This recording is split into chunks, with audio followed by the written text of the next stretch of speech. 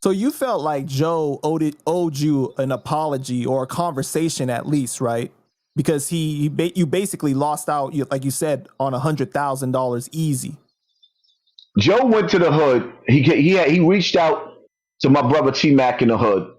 He pulled up on him in the block, and they got history with each other. Joe has a great deal of respect for Mac, so he ain't come out there. Don't get it twisted. He ain't come out there and intimidate him because they pretty much grew up around each other, whatever the case may be. And then he reached out. He had his manager reach out to Hocus 4/5.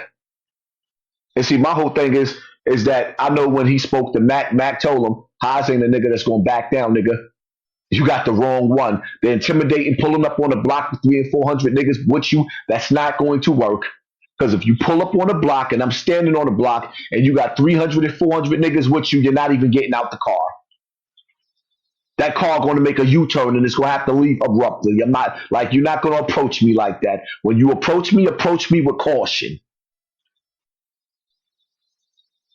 And you said that his manager reached out to Hocus? Yeah. To broker like a peace treaty or what? He didn't want that. He doesn't want he did not want that interview with TA coming out. He said it's two sides to every story. He knows TA knows things that can destroy him, that'll make him look real, real bad. But right now, Joe is using social media to float on Cloud9. He used the 50th anniversary, and now he all over Instagram promoting himself, celebrating life. I'm not trying to stop Joe from celebrating life. I just want to know who's Shakita. Right.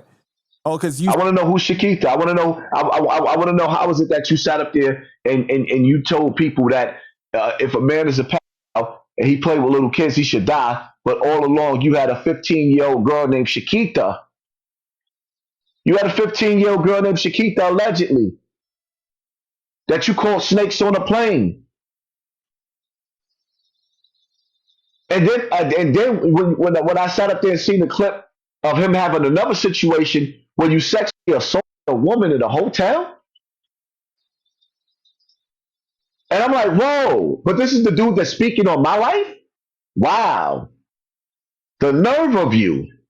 You the same thing Africa Bambaataa was. So you did the interview with TA, but you said that you didn't like the audio, so you guys are going to go do it in person, right? Yeah, I did the interview with him, but I didn't really care for the audio, whatever the case may be. Plus, on top of that, TA voice needs to be heard because I'm sick and tired of dudes like Fat Joe having dudes like TA behind the scenes in the music industry, and then when they done with them, kick them to the curb. Yeah, and it's something that happens more than people realize too. Yeah, kick dudes to the curb. Like, yo, what are you doing? You just gonna kick him to the curb? That's just it? He ain't worth nothing no more? All the life experiences, but that it is what it is. Nigga kick you to the curb before he pay you, even though he got the money to pay you. You just not worth that penny. It is what it is, though, because at the end of the day, this life is short, man. We all going towards the grave, and I believe everybody gonna answer for the things that we did wrong. Right. We all gonna have to atone for that. How did he find out that you did the interview with TA?